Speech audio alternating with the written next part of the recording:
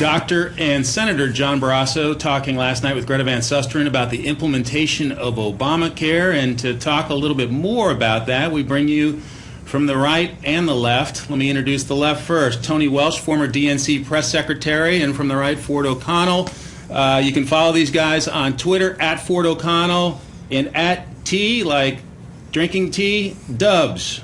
I get that right? You did. All right, good. You did that before the tea party. Yes, I did. All right. So, gentlemen, October 1st is around the corner.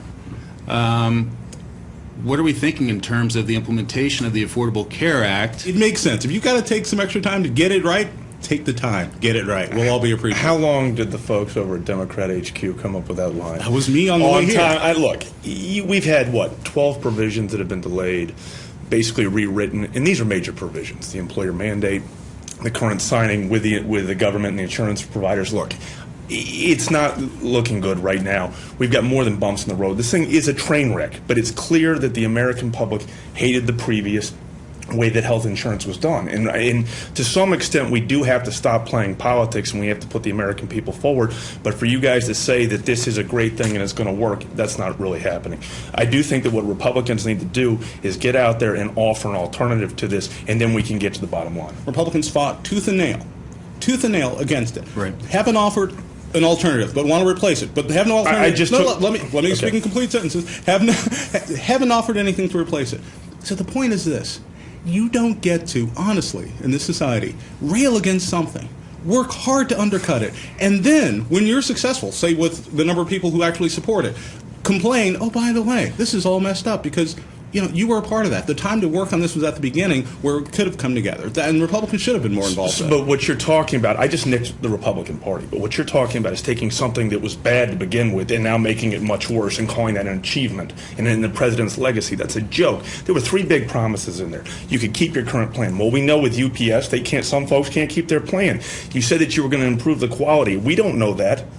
Okay, and essentially you said you're going to pay less. We've already seen the congressman on today from North Carolina said premiums have gone up something like 200% in his district. I mean, you can't tell me that you're going to pay less. Look, I understand that we got to put the American people first, and we got to find a way to make health insurance affordable. But right now, having such a terrible plan that is going to be delayed forever and could jack up unemployment rate, could jack up the premiums, could jack up a lot of other things, is foolish too. You guys are playing politics. I've heard a lot. One of the things you guys want to say is that you're going to give coverage to 30 million people. But when you're messing it up for 150 million people, and then that's just not true. That is true. How can you not tell me that's true? If the premiums are going up, you are. Guys, these days in Washington, it feels like we're never far from another election. What about the politics of this in terms of you got Tom Cotton, a rising star in the House, who's running for the Senate in Arkansas, saying the president's implementation is illegal?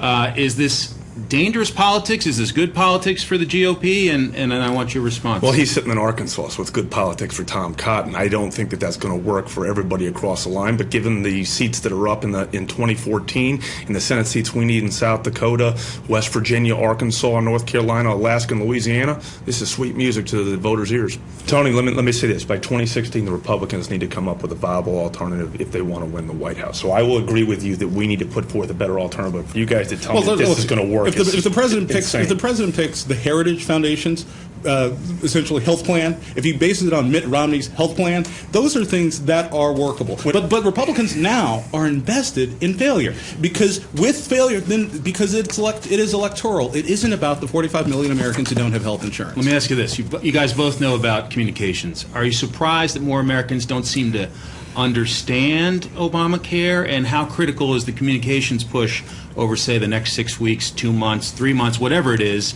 to try and make sure that, for example, younger people know what they need to do with this new health care law? What about the message from the GOP in the months ahead in terms of you don't want to suggest you're anti-people having health care, but That's exactly right. Look, 51% of America, according to the latest Kaiser Family Foundation survey, says they don't know anything about Obamacare. And part of that is we haven't come up with a plan moving forward or an alternative or a way to fix it. But also part of it is all these guys want to do on the left side of the aisle is say how much we hate America and how much we hate people. And it is a little bit of a barrier for the Republicans because you don't want to look like the bad guy. But going forward, you got to say, look, we are for affordable health insurance. But at the same time, we cannot put something forward like Obamacare that really is going to hurt America in the long run. Just about everybody watching this can go right back to one of the Republican primary debates and remember the applause at the suggestion that a sick American would go without health care. It was applauded.